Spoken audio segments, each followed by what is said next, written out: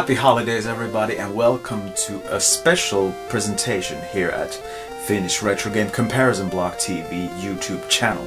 For this Christmas episode I tried to choose 12 games of Christmas, specifically Christmas themed games, not just winter but Christmas, that I like to revisit each Christmas as far as time allows and I have the opportunity. So here we go. Enjoy! First we have Special Delivery, Santa's Christmas Chaos, released by Creative Sparks in 1985 for the 8-bit Atari computers Commodore 64 and ZX Spectrum, but I find myself drawn more towards the Atari version of it. If you want to know why, read my comparison of it from 2014, link provided in the video description of course. Special Delivery was developed by Dalali Software, who also made a game called Gin Genie the same year, which is oddly similar in design. The game is played in 4 parts. First, you fly your flying sleigh with Rudolph on the front and gather presents being dropped from the sky, which is an interesting take on the whole Santa Claus myth. Avoid the red packages though.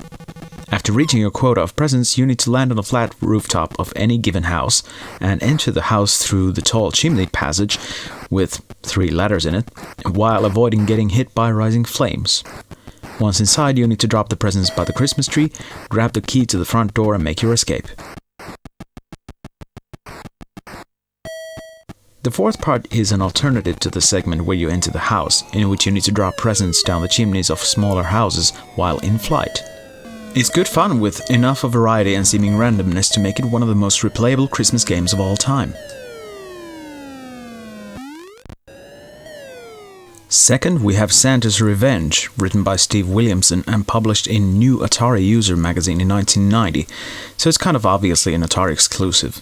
For a game written in Atari BASIC, it's pretty interesting, but it's a bit too clunky to be enjoyable. But I have developed a tradition to have a go at it every year to see if I can do better at it than before. There's not much to get better at though, really, since the game reportedly has a bug that basically renders the game unbeatable after level 5 or so. I just haven't gotten that far yet. Santa's Revenge starts off with a one-off level of Dodge 'em Up, in which you guide Santa and his sleigh to the down right corner of the screen while avoiding snowballs as much as you possibly can. The rest of the game is single-screen platforming where you go right and left from top to bottom while jumping over obstacles, and for each new level, the number of obstacles increases by 1. I've never managed to get past level 4 so far, but I'm working on it. The most fun thing about this game is the randomly generated waiting music before the game starts. The 3rd Atari game is another basic thing called Xmas House, and this one was written by Kemal Iskan, whose name can be found from over 200 Atari titles, most of them published in a German magazine called Zong. This game, Xmas House, isn't really much to speak of, but it has a certain charm that gets me coming back to it. It looks like a Boulder Dash clone, but it's not even that. It's a fairly basic maze game, in which you need to collect all the candles from each screen and exit through the star icon while avoiding getting hit by odd-looking red things that go back and forth in their own short, predetermined pathways. The game does get gradually more difficult, which is really what keeps you going at it for that one time. I play it every year. As I said, not much to speak of, but a good coffee break game for your Christmas day, particularly if the 8-bit Atari is your only retro machine, because in seasonal thematic sense, it has very little options. Let's move on to the ZX Spectrum then. The first game there is a tie-in for everyone's favorite Christmas animation, the Snowman. I'm slightly ashamed to say it was never a part of my childhood, but that song, Walking in the Air, has been a big part of my Christmas season for the past few years, since it's something I always play with a friend of mine on our Christmas tours. The song is not heard in the ZX Spectrum version, nor the MSX version, but you can find it in the Commodore 64 version if you're obsessed about that one. More importantly though, the game plays the best on the ZX Spectrum, and if you want to know about it in more details, you can check my comparison of it at the blog. Again, link in the video description. The game plays like any old ladders-based arcade game, but the idea is to build the snowman in several stages. The method is to pick up a piece from somewhere in the laddery maze and bring it to the place where the game points you to drop the piece from. The laddery maze has enemies you need to avoid because you either drop the item you're carrying or get killed by them upon contact, depending on the level. On the long run, it's not the most interesting of Christmas games, but it's still one of the better ones around. For any fans of the Monty Mole series, the platform of origin has 2 games on it that were not released on other machines, and the other one is a Christmas-themed game released on the 1987 Christmas cover tape of your Sinclair magazine, titled Moley Christmas. Unlike most of the other Monty Mole games, this one is based on light puzzles instead of just jumping around, collecting flashing things, although you do need to do that here also. Moley Christmas is also only 6 screens long, so it's still pretty much a coffee break fun sort of a game, at least after you know how to complete it. But for a Christmas game, it's well made, and it's nice to revisit even out of the Christmas period if you're on a Monty Mole marathon or something. The third Spectrum game on this list was actually originally released for the Acorn Electron and BBC Micro, but since I don't have either of those, the Spectrum version is the one I've come to play on my Christmas retro gaming marathon since finding it a few years ago. Unfortunately, Merry Xmas, Santa, is probably one of the worst commercially released Christmas games I have the misfortune of finding, but since there are so very little of Christmas games around to begin with, you'll make do with what's around, unless you want to play some more recent stuff. This one's a single-screen platformer in which you, as Santa Claus, walk and jump through rooftops and drop presents down chimneys, and avoid getting hit by snowballs and other things. The idea is nice enough, but it's killed by the bad playability. Then we get to the Commodore 64, and the first entry for the platform is Merry Christmas from Melbourne House, 1984. This is a charming little graphical text adventure that puts you once again into the boots and overcoat of one Santa Claus, whose headquarters in this case are located in the North Pole. Your mission is to load up the sleigh with certain toys and get delivering the goods to awaiting children, but as with so many other text adventures of old, the parser is fairly restrictive and it's next to impossible to figure out how to get on dealing with your situation. At least the music and graphics make the game feel a lot cozier than if it had none of that. Definitely worth checking out if you're not allergic to typing. My first ever Christmas game comparison on the blog was to have been Alternative Software's official Father Christmas game from 1989, had it not been too easy to work on, which necessitated in a 2-for-1 comparison coupling it with Special Delivery, which I mentioned first in this video. But here's Father Christmas in his so-called official computer game, and even though it's another one of those that has a few different versions around, I usually pick up the C64 version because, simply, it has the best soundtrack. Along with Special Delivery, the official Father Christmas has enough of variety in gameplay to make it more interesting and a more potential pick for less marathonic Christmas gaming sessions. The first level makes it build the sleigh from pieces scattered randomly around Santa's home while being harassed by a bunch of wicked elves.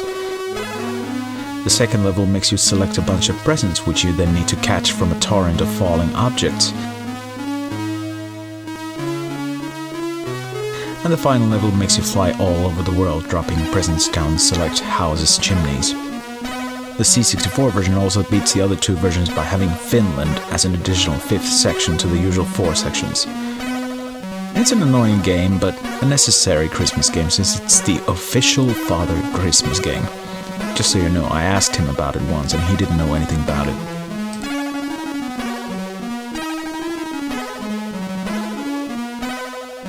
Another commercial Christmas game that was still released prior to the C64's commercial fall was Santa's Christmas Caper from Zeppelin Games, released in 1990. It was also released for the ZX Spectrum and Amstrad CPC in a somewhat similar form the same year, so of course I had to write a comparison of this one as well. Once again, link below. The C64 version is not that much better than its 8-bit competitors, but it's smoother and it feels more like a proper shoot-'em up than the other 2. There's not that much to say about this game since there are infinitely better Christmas shoot-'em-ups around now, 30 years later, and I'm gonna have to make a second Christmas episode about the more recent titles next year. Maybe. Now if you did read the comparison of Santa's Christmas Caper before watching this video, or made your own research in the matter, you would know that Zeppelin Games released another, very different sort of a game with the same title 2 years later for the Commodore Amiga and IBM PC compatibles. I'm gonna include this as the first Amiga game for this episode, because I don't have other PC games to mention. At least not yet. and this time, Santa's Christmas Caper is a platformer, where you need to collect all presents from each level before exiting through a large present at the end of the level. Nothing much to it, but it's definitely more playable and enjoyable than the shoot-'em-up game. But now things are getting more interesting again. Psycho Santa was developed by Bullfrog and published in the cover disc of a Christmas issue of The One magazine in 1993, and this is definitely my favorite standalone Christmas game on the Amiga. The basis for Psycho Santa is more or less Defender, or perhaps more specifically Jeff Minton's variations of the same idea. You fly around in the classic Santa and Rudolph combo over a wintry village, dropping Christmas items on houses to eventually give them a sparkling Christmas spirit. But you need to kill a bunch of Grim Reapers roaming in the sky to get more Christmas items. Once you fill up your quota, you get to play a bonus level in which you jump around the Christmas tree in your pogo stick and try to grab as many presents as you can. That's pretty much it. It's definitely more psycho as a premise for a Christmas game than anything we've seen before, and for that it's a welcome addition to the Christmas Game Hall of Fame. I don't have a third Christmas game for the Amiga, but I do have one for the Sega Megadrive and Super Nintendo simultaneously. If there's any Nintendo and Sega fans out there watching, you probably already know what I'm talking about. It's Daze Before Christmas. The game is part platformer, part shoot-'em-up, or bomb-em-up of sorts, with the most ingenious game mechanic ever in a Christmas game, which is the 24-day calendar, which is largely going to waste because you get so hooked on the game and the levels are short enough for you to want to get through the game in one sitting. Not that I ever actually did that, but anyway. If you want to play it in a 24-day period, though, it is very possible to do so since you get a 4-letter password after completing each level, but that requires an insane amount of patience. Days Before Christmas was first written and released for the Megadrive in Europe and Australia, but the Super Nintendo version sounds and looks a little more to my taste, which is why I usually choose to play that one over the Megadrive version. Oddly, the most fun element about it is that it's a Swedish game, so you get to hear some Scandinavian Christmas folk songs in the game, instead of the endlessly overplayed Rudolph the Red-Nosed Reindeer, Winter Wonderland and all that usual stuff. Highly recommended.